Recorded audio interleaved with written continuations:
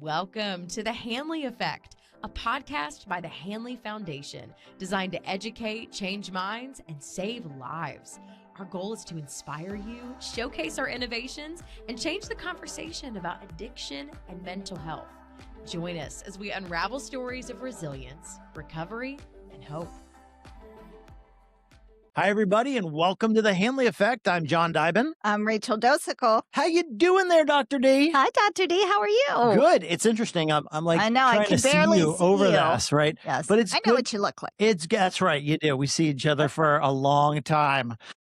You know, today is it's a powerful day because when there's so much going on in our world, and we are, certainly working in treatment and such, we are so poignantly aware of the price that chronic illness and especially that addiction can cause, but we don't often give enough voice to it in our country, and there are so many people suffering in silence, and today we have with us Angela Kennecke, who has a powerful story, and a hard story to hear, and a hard story, I'm sure, to share. But she is, rather than just suffering in silence, she is advocating for people for who struggle with addiction, and advocating for families. And so we are really grateful to have Angela with us today. Angela, thank you for coming on and being with us. Well, you're so welcome. Thank you for having me. We love to know two things. We always ask all our guests the same thing. And the first thing is to tell us about who you are and the work that you're doing now. And then the second thing is as much as you will, share with us your story about what brought you to do what you do today. Well, certainly, first, when you mention that there's so much going on in the world, I think about this often because there's so much competing for our attention. And I think the addiction crisis that we're in, the overdose death crisis that we're in, overdose and fentanyl poisoning death crisis that we are still in, despite the fact that deaths have decreased slightly, but not enough, doesn't get enough attention lately because there is so much out there competing for our attention. And I started this mission, this work, about 7.5, almost 8 years ago now. Hard to believe that much time has gone by. But you asked about my background. So I'm a journalist by trade. I worked for 35 years in television news. I was the evening anchor and investigative reporter. And I have 4 children and a husband. And my oldest child, Emily, suffered from substance use disorder. The trouble, I always say, with Emily started in high school and really increased following high school. We had a lot of rebellious behavior, a lot of using of substances like marijuana and Xanax. And eventually she took something that she didn't know contained fentanyl, and she died at age 21 of fentanyl poisoning. And that certainly rocked my world in ways I never could have imagined. You know, Rachel and I are both parents of adult children. We both, in fact, have kids in our 20s, and I think about the reality of what you experienced, and we work with and get to know many people who've experienced that, and I've seen so many people who that it they that kind of feels like my life is over, my purpose is over. It's something that is incredibly all encompassing, and yet, even looking for those who aren't watching, who are just listening, on your microphone, there is something that says "Grieving Out Loud." Yeah. Can you tell us about your organization and your process, and how both what is it that Grieving Out Loud, what does that mean? But also, how, as a parent, do you move from that dark cloud of hopelessness to a place of talking openly about something like this for the benefit of others? Well, for me, I had a platform. I was well known across my state, actually across several states that my television station covered in the Midwest. And I had asked over the years so many parents to talk to me after the worst things had happened, after they'd lost children, or I talked to so many people after they'd lost their homes or their livelihoods. And I felt a certain obligation or sense of responsibility to talk about what happened with Emily because I have always felt since the very beginning, if I could just, through her story, save one life, it will have been worth it. If I could spare one parent the heartbreak that I have been through, it will have been worth it. And that's something that keeps me going to this day. I didn't do everything that I'm doing immediately. I was still worked in television for 4 more years while I slowly worked on the mission of the charity that we formed called Emily's Hope. And then there came a point where I realized there was so much work to do. I couldn't do it all. I was working like 70 hours a week and I had some training that prepared me for this. And when I say that, what I mean is I had done stories on the opioid crisis and investigative reports. And on the day my daughter died from fentanyl poisoning, I was working on a story on Good Samaritan laws and overdoses. And so it was ironic to me. I knew I had a kid with a problem. We were 3 days away from holding an intervention on the day that she died. So we were going to hold that intervention 3 days after her death because we knew it had progressed beyond marijuana and Xanax. And I felt so compelled that I had to make a difference in the world for families. And you asked me about the mic cover that I have on. And I started a podcast called Grieving Out Loud, A Mother Coping with Loss and the Opioid Epidemic. I started that about a year after I lost my daughter. I started the charity Emily's Hope within months after losing her. And our mission has grown and grown and grown. We started with a mission to get people into recovery. We have a Hazelden-based treatment center in my community, and we have so far given away more than $500,000 in treatment Wow, scholarships to that's 300 people amazing. there. And that's what we started with. Congratulations. So thank you. But our mission has just grown beyond that tremendously. And I can talk more about that in a minute. But the podcast was a way for me to say, let's talk about this because I know people were hiding in the shadows. I know that stigma keeps families from coming forward and talking about what has happened to them.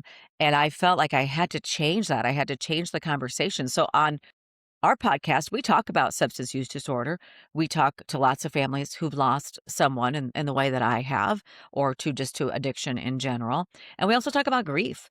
So we cover all of these subjects, and we have a lot of different experts. We've been doing it for 6.5 years now, and going strong. And I feel it's really important. In the process, I became a grief educator as well, and I have also hold a support group for families in my community.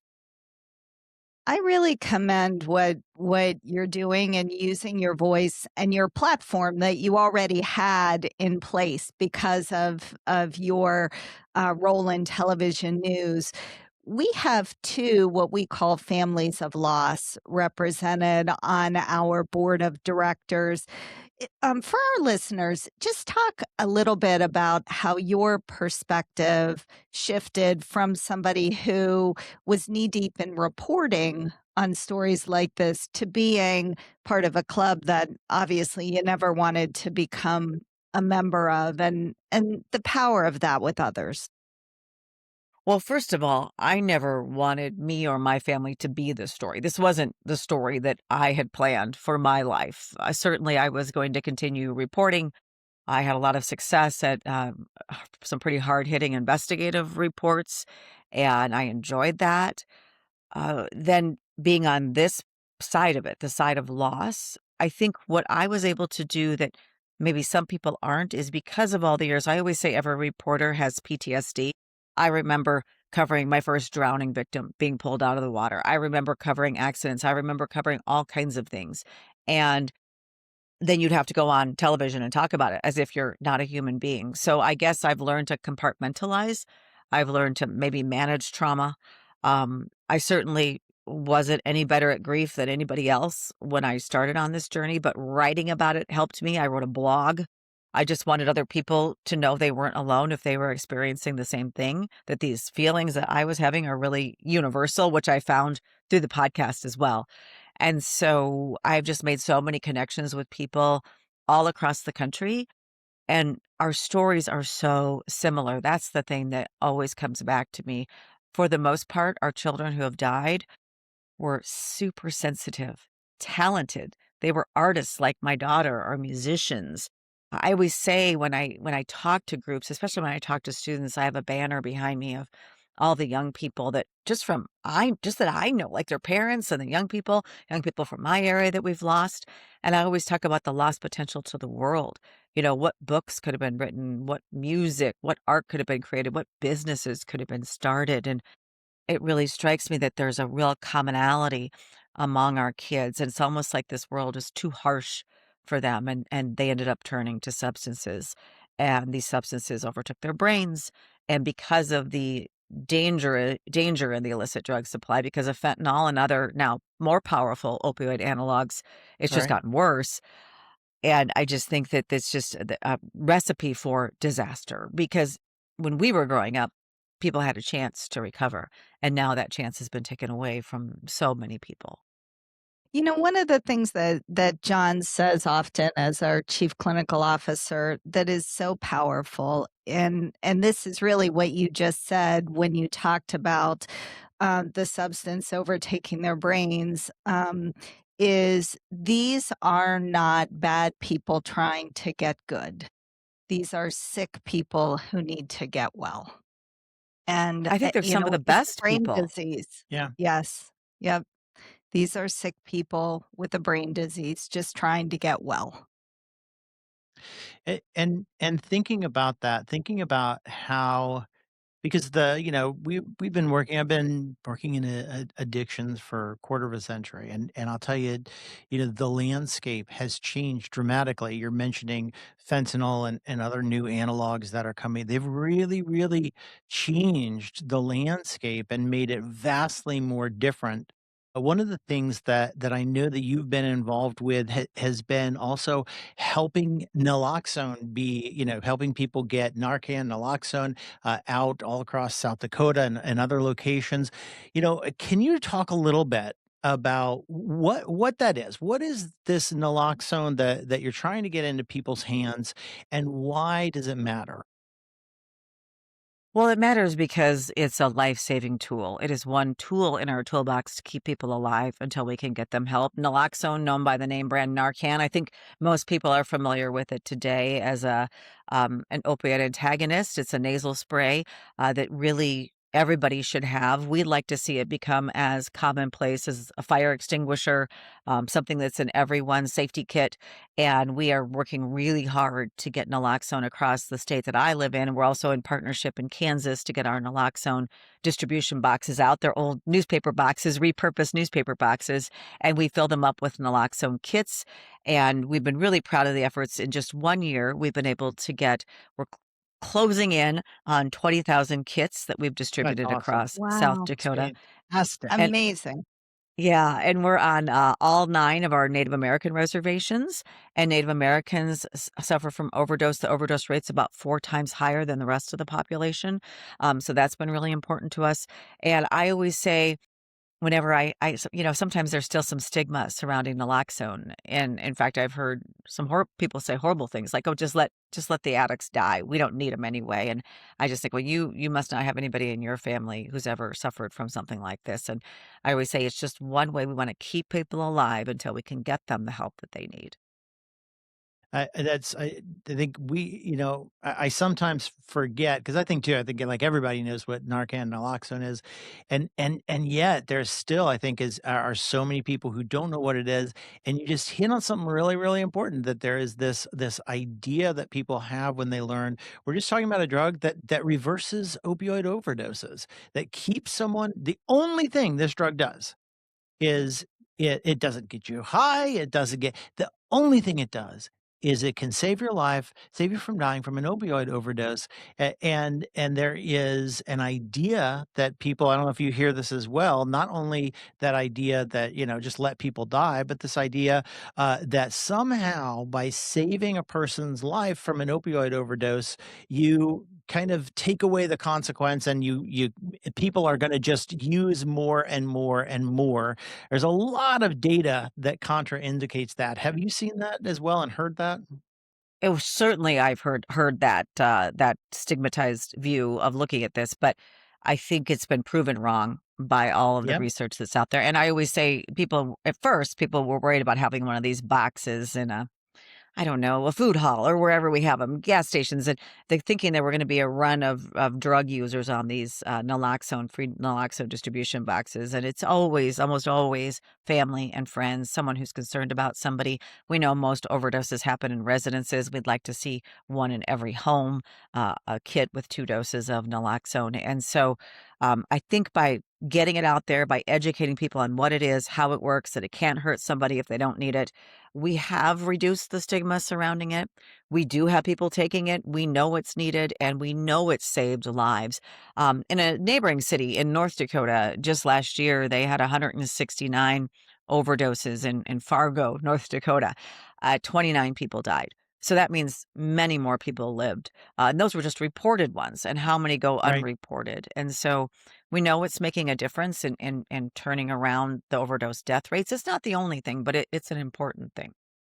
Absolutely. I keep it. We have it in our house. We keep it in both of our cars. My wife has it in her car. I have it in mine. When my adult kids have it in their car, it's just such a powerful. Again, you said it's just one of those tools, but it's incredibly powerful. And I think the work you're doing, also helping get that out there, is just critical. Well, thank you. Thank you. I think more than anything, what I am so committed to, we do, like I said, a lot of things at Emily's Hope, but the thing that I am most committed to is prevention and starting and talking to kids at younger ages. And so we actually started working on our Emily's Hope substance use prevention curriculum within a year after Emily died. And I can tell you why, because I have a story that relates to Emily, the reason why I came up with this idea about what we needed to do. We'd love to hear Yeah. that. Please. So so after she died, I started really thinking about like her, of course, you go through everything as a parent in your mind, like coulda, woulda, shoulda, what could have been done differently.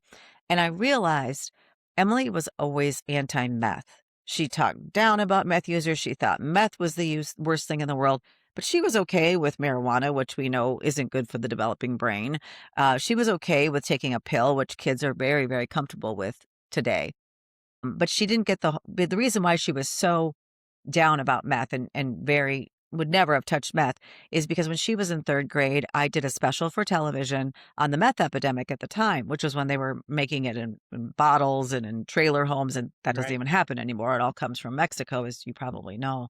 But I had done a special for television showing the before and after pictures of people who used meth and talking about people who lost their lives to meth overdose and how it had ruined families. And she was in 3rd grade when I did this special, and I had her watch it.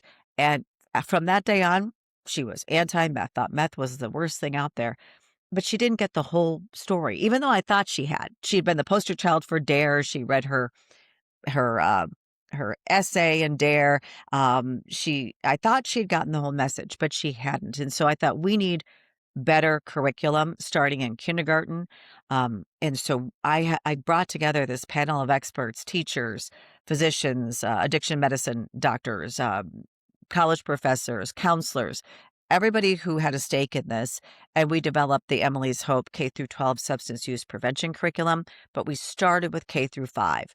And we have now been before 30,000 students in 6 states and 1 foreign country. We're growing, we're expanding statewide in my state. We're going to be expanding statewide in other states. We're working on that right now. But I really believe prevention is key. I think if we, in age appropriate ways, can bring children the correct lessons, teaching them about how their brains work, how their bodies work, what they could do to protect their bodies and their brains, what substance use disorder is, and the dangers and the illicit drug supply, telling them at a young age. If you try something, you get something from somebody who's not a trusted adult, you don't know what's in it. And here's what could be in it, and it can be deadly. And so we're doing that. We're having tremendous results. And that is something that just energizes me, keeps me going every day, is to think about saving the lives of, a future generation. What you're saying is really music to our Right. ears. Right on. Hanley is the largest provider of evidence-based youth prevention here in the state of Florida. We worked with several 100,000 students in 34 counties here in Florida last year. And you're right, it's all about making good decisions and helping young people. Not necessarily talking about drugs and alcohol for our listeners who don't understand. We're not going in and we're not talking about the ins and outs of drugs. What we're doing is we're helping students learn those character attributes that help them make really good decisions. And then as they get older, using their innate curiosity and intelligence to, again, help make good decisions.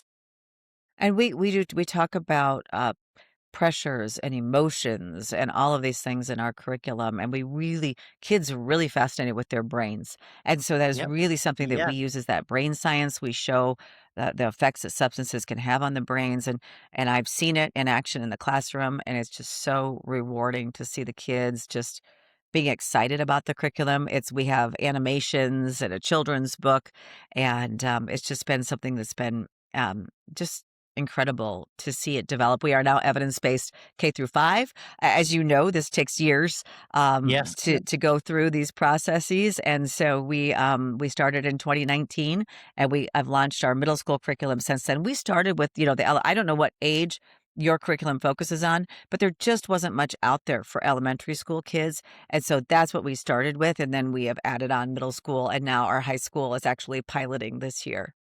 Yeah, I- that's wonderful. It's so beautiful. It is. It's interesting. I when I talk to people, there is sometimes a stigma about prevention, and what I'll hear people say is prevention doesn't work, and they'll look at different prevention programs that ended up the From years research ago, yeah. Just indicated say that no, right. or Mothers Against Drug Driving, or all those ones that have been disproven. DARE. What we Well, yeah, know DARE though, studies show DARE didn't work, right? And why is that? right? I mean, Correct. it was Right. too short, and it was somebody outside of the school coming in and teaching it, a police officer usually, and it didn't work. That's true. But yeah, I just think we're trying to come up with better ways now. Yes, and there is a lot of evidence that prevention absolutely works when it's done in the way that you're describing. It's Yes. developed by people who, if you look at DARE or programs like that, you're talking about wonderful people with wonderful intentions, Yeah. but didn't have the actual, proven scientific methodology. Like Mhm. you were able to access all of the educators, the addiction medicine folks, and that's the key. We find the same thing with prevention. Mhm. Prevention that is developed in the context of research and scientific integrity. We know it works incredibly well. So I love the way you've done that and are doing that. Yeah. One thing I'm always telling policymakers is for every dollar you spend on prevention, you save $14 to $65 on the back end. I'm always, singing the praises of prevention and prevention done right. And all the evidence and studies show you've got to start talking to kids at a younger age because you have to talk to them while their teachers and their parents still have more influence on them than their peers and social media, the phones that they get. You've got to do that, and that's something we're really committed to. And you're right. The approach that we take in K through 5 is very, very different than the approach that we take with middle schoolers and high schoolers. It's got to be age appropriate and it's got to be evidence based.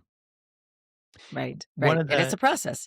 Yeah, and so we help people who are suffering currently. Like I talked to you about our addiction care scholarships are for people suffering from substance use disorder, and we also help people who have survived an overdose in our state, and we will respond with peer support specialists. So we're also doing that, and then we have a youth coalition where we have clubs in the middle schools and high schools, and we have a youth art competition, and we do a lot. We incorporate art a lot because my daughter was an artist, and so that's something that's really amazing to see as well. So let me just, I know you're going to say you're the bad guy, but let me just make one more point about something that you just said about the clubs in schools. for our listeners, and I don't think that this is anything that we've talked about yet on a podcast, so I'm glad that you're talking about it.